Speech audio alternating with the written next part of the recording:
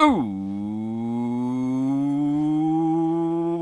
what's up, everybody? My name is OMG, WTF, WBRB. Welcome to the bonus video that I have been, I don't want to say stalling on, but kinda, I guess. But, I meant to have this video out after Sunday Night Heat, and then I completely spaced it and forgot to, actually record the video and whatnot. And when I went to go start booking Monday Night Raw, is when I kind of remembered, oh, that's right. I still got to record this stuff. So we're going to be doing the bonus stuff here today, talking about some of the things happening outside of the WWF here in the Invasion era. I mean the WWE, not the WWF. We're going to be talking about the Stephanie McMahon situation, and I'm sure you guys can see that on your screen right now, along with going over what happened with the developmental companies and updates on Ring of Honor and the computer-controlled TNA. So, yeah, let's just go ahead and get right to it. I guess before we go ahead and get to it, though, you may see me kind of checking to make sure we're recording or entering the Twilight Zone here. And that's because this will be the second time I am recording this video, because for some reason, last time while I was recording the video, it started and then it stopped as soon as it started. So, yeah, it's definitely time just to get a new laptop. So I think I'm going to just have to bite the bullet and do that here shortly. Anyway, let us get started with what is going on outside of the WWE.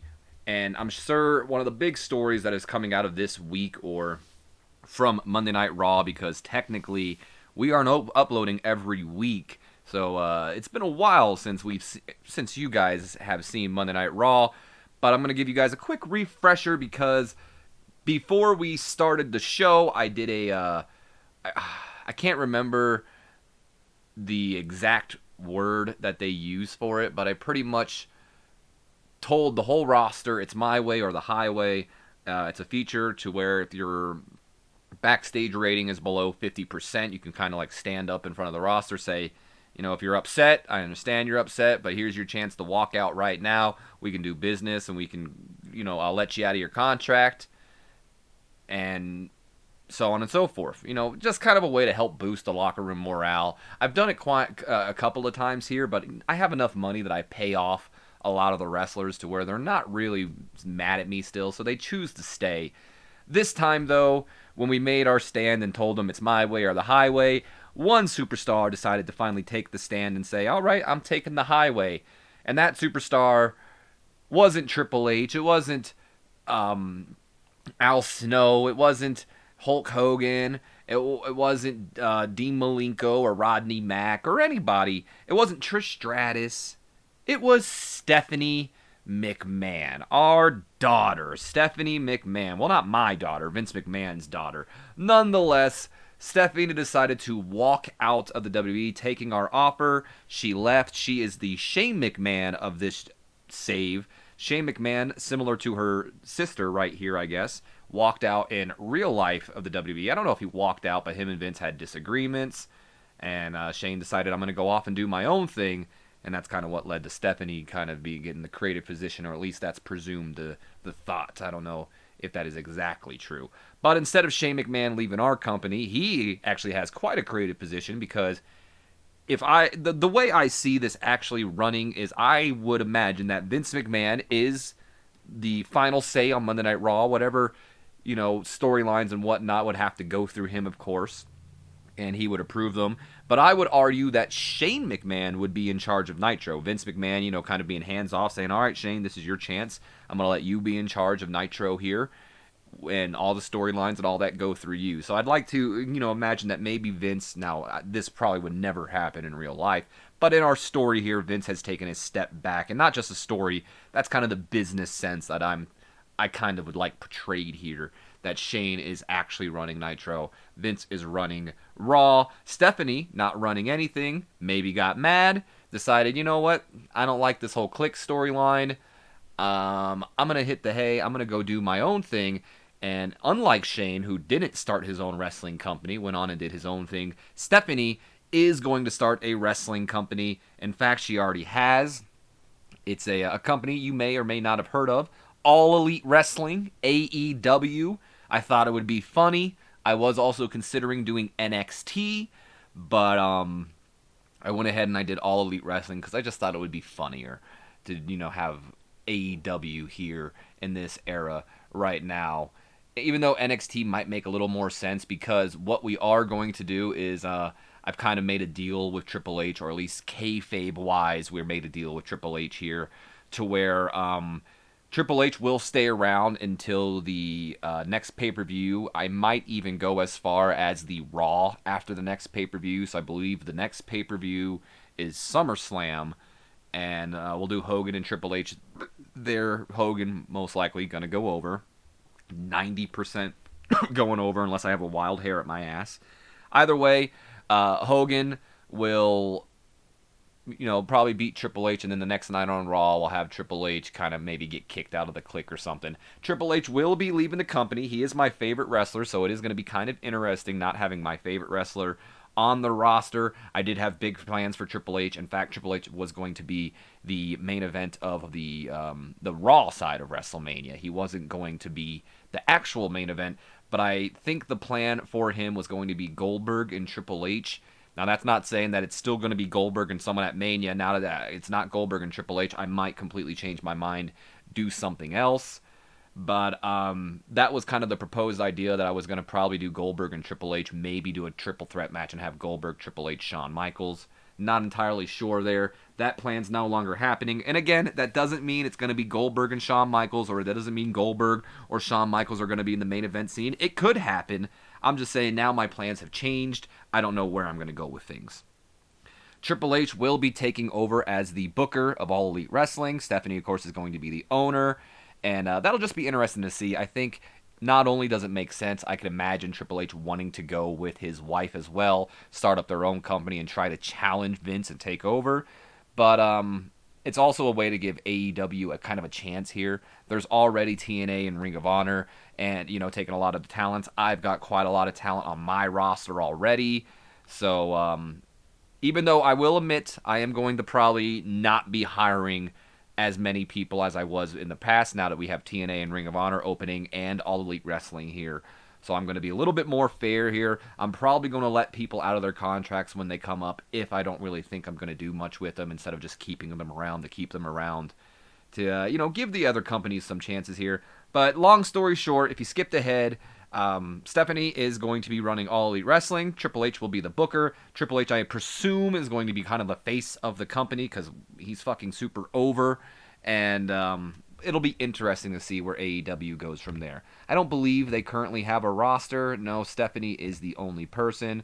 And it does say that they are a regional company, but I did up their popularity a bit to make them cult because, let's be honest, with all the hype behind Stephanie leaving and then announcing she's running her own company the same week of, I'd imagine that it would be more of a cult-based company, if anything. So we went ahead and did that, and it'll be interesting to see what they do from here, even if they get a TV deal, because they might be able to get a TV deal. I just imagine it's going to be a little harder, but I don't want to bump them up to national because I feel like that's too unfair. I don't feel they'd be a national company right off the back.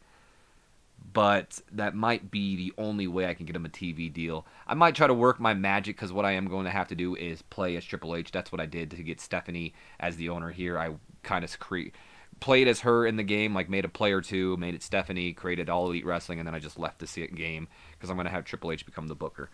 All right, we focus a little bit too much on AEW here, but that is the premise behind All Elite Wrestling.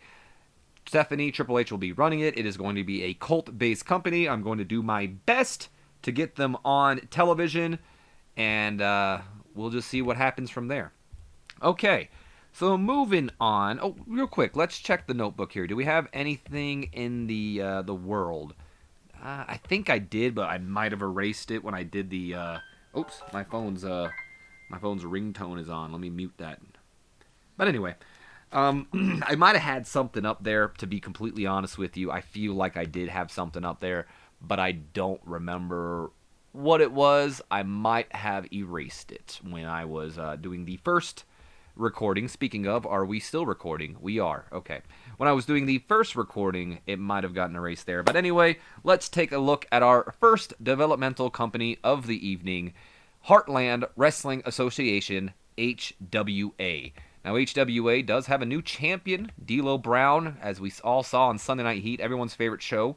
No longer the HWA heavyweight champion, and since he finally dropped the championship, I called him up because I'm a huge D'Lo Brown mark. Rory Fox is the current champion there. So let's go ahead and go, where's that? History. Let's go and check out the history. Ooh, they had a pay-per-view. I knew that. Look at me trying to pretend I haven't done all this already. So let's go ahead and look at the show that they held on Wednesday, and then we will help, or I guess it's not a pay-per-view. Well, no, it is a pay-per-view. It's being shown on television, so therefore it's a special event. It's a pay-per-view. And I do have something interesting to say about that pay-per-view that we will get to as well. Anyway, so HWA Wrestling, Week 2 of June 2002. We open up the night with a 41 solid D rating as Terry Funk, the hardcore legend, goes over Lance Cade. We then have a 27 solid E rating as Chris Rumbola and Dave Swift defeat the Bell Brothers, Mark and Mike Bell. Moving on. 32 E plus rating as the A Squad. Where is good old Dean and Chet Jabolski? Well, there's Chet. There's Dean. Dean and Chet Jabolski defeated Future Shock, BJ Whitmer, and Logan Kane to retain the HWA Tag Team Championships. We then had a backstage confrontation involving the Blue Meanie, Supernova, and Rory Fox, the HWA Heavyweight Champion, which got a 47 solid D rating. 38 D minus rating as Chad Coiler retains the HWA Cruiserweight Championship in triple threat action against Trent Acid and Your Teacher, Matt Stryker. We then have a backstage segment involving Kimona Wanalala. I hope I said that name right. What is it? Wanalaya? Maybe it's that. Kimona Wanalaya. And Yang. Semi-main event, 47 solid D rating. The Blue Meanie defeating Race Steel. And in our main event of the night, 41 solid D rating as Rory Fox retains the HWA Heavyweight Championship over the Navajo Warrior. And one thing I would like to point out here before we move on to the pay-per-view, pay attention to the fact that we are in the Great Lakes and the fact that the show rating got a 43 solid D, because when we go to the pay-per-view, HWA is trying to tour. They are trying to what's the word? They're not trying to be whatever they are anymore. They are a regional company. They are trying to jump up the cult, apparently, because they are now touring, and this isn't something they do normally. If we go to previous pay-per-views, they normally stay in the Great Lakes, but since they are gaining such popularity, I guess now they have decided to try it out in the Midwest and try to increase their popularity and maybe become a cult company. So it'll be interesting to see how HWA does that. But anyway, HWA presents The Tempest, Sunday, Week 2, June 2002, in the Midwest region. So mind you, look at this. They had 2,543 in the audience of their normal region in the Great Lakes, only 393. So they're definitely feeling it. I mean, like I mentioned before, as we see, 43 solid D, 32 E plus. So they're definitely feeling it, but they're taking a chance here.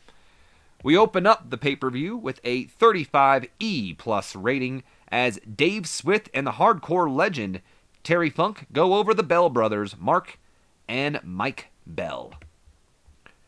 Following that, we have a backstage brawl, 39 D minus, involving the Blue Meanie and Race Steel.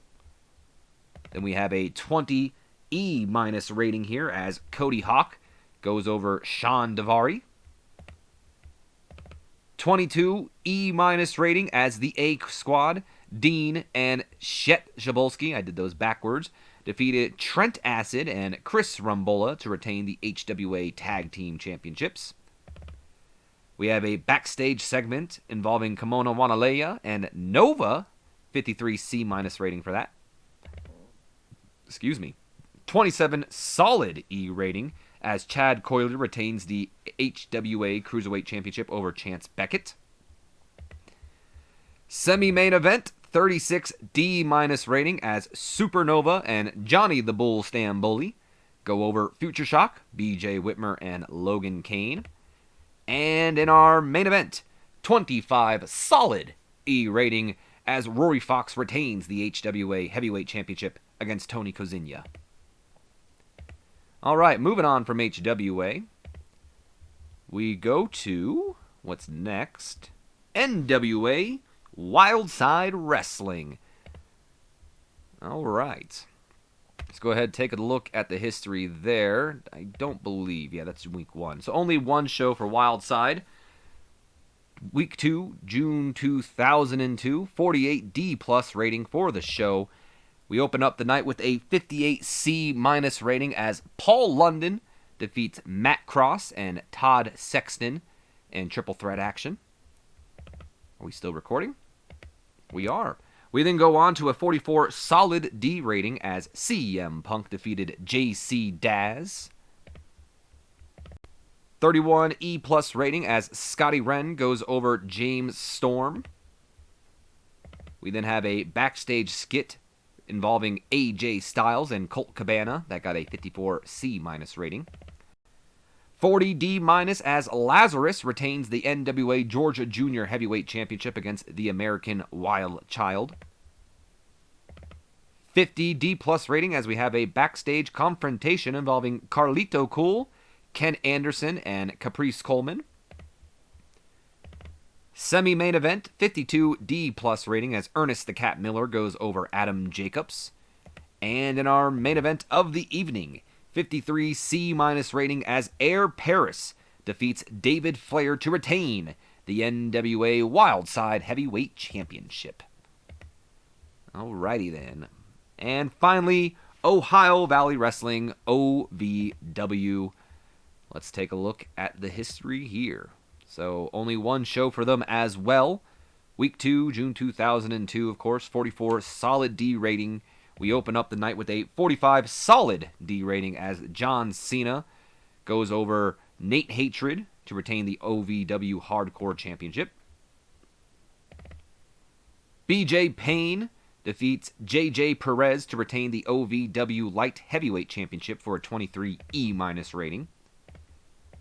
We then have a backstage skit involving Rena Miro and Nikita, 68 C+ rating. 38 D- rating as Flash Flanagan and Trailer Park Trash defeat the team of Maven and Brett Sanders. 42 D- rating as Cheerleader Melissa defeats Mickie James to retain the OVW Women's Championship. Our semi-main event, 44 solid D as Brock Lesnar defeats Ricky Banderas. And in our main event, 48 D+ rating, Fit Finlay defeats Bull Buchanan to retain the OVW Heavyweight Championship. Alrighty then. So let's go ahead, take a look at Ring of Honor real quick. I don't believe Ring of Honor has held a show yet. Let's just go ahead and double check on that. They have not, but they do have a pretty full roster, so we are going to take a look at that. And the booker is Ian Rotten. So there you have that. But anyway, the Ring of Honor roster, as of right now, looks like this. Aaron Stevens as a mid-carder. Alan Funk as a main eventer. Alex Shelley as a mid-carder. Azriel as a opener. Blitzkrieg as a mid-carder. Brian Gorey, of course, the referee. Chase Stevens, a lower mid-carder. Christian York, an upper mid-carder. Christy Rishi, part of the women's division, and let's just go ahead and assume every woman here is going to be a part of the women's division, so I'm not going to keep mentioning that. Cindy Rogers. Danny Doring, a main eventer. Dave Brown as an announcer. Delirious as a lower mid-carder. Egotistico Fantistico as a mid-carder. Flash Flanagan as an upper mid-carder. GQ as a opener. Hollow Wicked as a lower mid-carder. Helena Heavenly. Hugo Stanovich as a color commentator. Ian Rotten as a main eventer. Joel Maximo as a upper mid-carder. Joey Abs as a mid-carder. Joey Matthews as a upper mid-carder. Crazy K as a lower mid-carder. Matt Seidel as an opener, Mike Lockwood, aka Crash Holly, as a main eventer, Nicole Bass, Rob Echoes, aka Robbie E, as a mid-carder. Who cares about Rob Feinstein? The less said about him, the better. Sarah Del Rey, Scott Lost, lower mid-carder, Shane Sewell, a main eventer, Tito Santana as a road agent, Wife Beater, oh boy, as an upper mid-carder, and finally Z-Bar as a mid-carder. So that is Ring of Honor right there. And finally, let's go ahead and take a look at Total Nonstop Action TNA since the last time we've taken a look at them. Let's go ahead and take a look at their roster. Maybe they've changed some things compared to the roster I've hired. Maybe not. Let's go ahead and just go through theirs since we did the same with Ring of Honor as well. Again, when it comes to the women, actually, you know what? They might... I'll mention the women because some of them are managers, some of them are not. Anyway, starting at the top. Alicia Webb as a manager, Billy Dalton as the referee, Brian Adams as a main eventer, Buff Bagwell as a main eventer, Chastity as a manager, China Doll in the women's division, Chris Candido, a mid-carder, Chris Hero as a mid-carder, Christy Ricci in the women's division, Christopher Daniels as a mid-carder, Cindy Rogers in the women's division, CM Punk as a mid-carder, Don West on color commentary, Drew Galloway as an enhancement talent, Francine as a manager, Jay Lethal as a lower mid-carder, Jeff Jarrett as a main eventer, Jerry Jarrett as a road agent, Joanne Clark, who is probably going to be in the women's division, but I have a sneaking suspicion that Joanne Clark is a created character for this, and the game has assigned her Mae Young's profile picture. Lovely. Okay. She's 20 years old, and she looks like that, apparently. Interesting. Julio De Niro as a mid-carder, Juventud Guerrera as an upper mid, Kiji Sakoto as a mid-carder, Kenny Omega as an opener, Kid Cash as an upper mid-carder, Conan as an upper mid-carder, Michael Modest as a lower mid, Madaja as a manager, Naroki Doi as a lower mid, Nelson Knight as an upper mid, Norman Smiley in the upper mid, Petey Williams an opener, Sabu in the main event, Sarah Del Rey, Scotty Mack in the lower mid-card position, Shane Douglas in the main event, Super Crazy in the mid-card, Tammy Sitch as a manager, Terry Runnels as a manager, Tony Cervani as an announcer, and Tylene Buck as a manager. So, roster's kind of changed from the roster I have, but not a whole lot. They have had a couple of shows. Oh, in fact, they've had 3 shows. I want to say that we did the first show, and in fact, I think we did the second show as well. But just in case we didn't, let's just go over them real quick, and then we're going to end this off. Again, let's just make sure we're recording. We are. So the first ever TNA Impact got a 47 solid D rating, and the first ever TNA match was a 49 D plus rating as Juventud Guerrera defeated Chris Hero by disqualification. We then followed it up with a 33 E plus rating as Scotty Mack went to a no contest with Chris Candido. We then have a 65 solid C rating as a backstage skit involving Double J, Jeff Jarrett, Madaja, and Francine. We then have a 34 E plus rating as CM Punk defeats Naroki Doi. Pre-match interview with Buff Bagwell, which gets a 53 C minus rating. And in the main event, 43 solid D rating as Buff Bagwell goes to a no contest with Conan. TNA then held their first, pay-per-view event, I guess. Got a 48 D plus rating here as we opened up the night with a pre-match interview involving Super Crazy, which got a 37 D minus rating. We then followed it up with a 45 solid D rating as Super Crazy defeated Chris Candido. We then have a confrontation backstage involving Jeff Jarrett and Shane Douglas, which got a 63 solid C rating. 29 solid E rating as Scotty Mack defeated Michael Modest. Then we have a backstage segment between China Doll and Tammy Sitch, which got a 53 C minus rating. 26 solid E rating as Jay Lethal defeats Drew Galloway. 27 E minus rating as Kenny Omega defeats Petey Williams to become the first ever TNA X Division champion. We then have a backstage skit involving Madaja, Terry Runnels, and Chastity, which got a 61 solid C rating. You can imagine why. Then a pre-match interview with Chris Hero, which got a 36 D- rating, followed by Naruki Doi going over Chris Hero with a 30 E+ rating. We then have a hype video involving Buff Bagwell and Brian Adams, 57 C- rating, right before the main event. Main event time, 47 solid D rating. Brian Adams defeats Buff Bagwell to become the first TNA World Heavyweight Champion. And then finally, they had another show. I know we haven't gone over this at least because this happened this week. 53 C- rating as we open up the night with Jeff Jarrett, Double J, going over Chris Candido with a 53 C- rating. We then have a pre-match interview with Christopher Daniels backstage, 46 solid D for that. Then a match with Jay Lethal, which went to no contest, 43 solid D for that as well. Oh, never mind, not a 43 as well. That was a 46. Fucked it up. Anyway, backstage confrontation involving Julio De Niro and CM Punk, 43 solid D. Before we had a match, 45 solid D rating. Julio De Niro defeats CM Punk by disqualification. We then have a confrontation involving Norman Smiley and Sabu, which gets a 51 D+ rating. Before we have our main event of the evening, 57 C- rating, as Norman Smiley goes to a no contest with Sabu. All right. Let's go ahead and just look at the world real quick here. Oh, that's right. I did want to talk about this. So, one of you, I'm sorry if I forgot your name or something. Don't expect me to remember a bunch of YouTube names, please. I didn't look this up beforehand because Anyway, one of you had been asking me to hire Mike Awesome back for a while, a couple times now. Since I fired him, he was in rehab for a while. When he came back, he did the whole. We gave him a test match against Hugh Morris. He came up dirty again. I figured I'm not going to deal with that anymore. I fired him right then and there. One of you had been commenting, wanting me to hire him back. And, I'm not going to lie to you. I was going to probably most likely do it. I just would have had to wait. Like, I think 3 to 6 months or something like that to hire him back. Normally, when you fire someone, they don't come back right away. But with that being said, he's never coming back now because he has a strong dislike of me, playing Vince McMahon. And we have a shoot here. In fact, let me just go ahead and read it.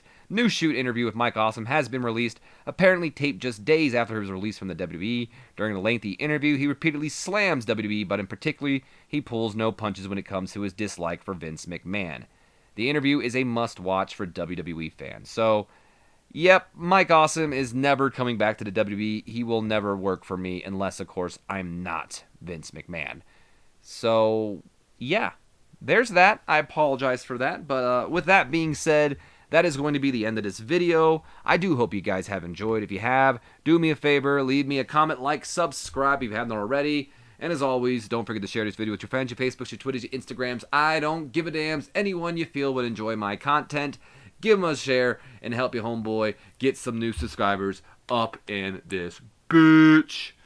And as always, my name has been OMG, WTF, LOWBRB. And I will see you guys in the next video, which will be Monday Night Raw, and I'm going to go get working on that right away. And I'll probably try to get TNA up for you guys this week as well, considering that it's been a while since I've had this bonus video, and I don't want this to just be the only video that you guys get to see. So, with that being said, I hope you guys have a great day, and until next time, see you later.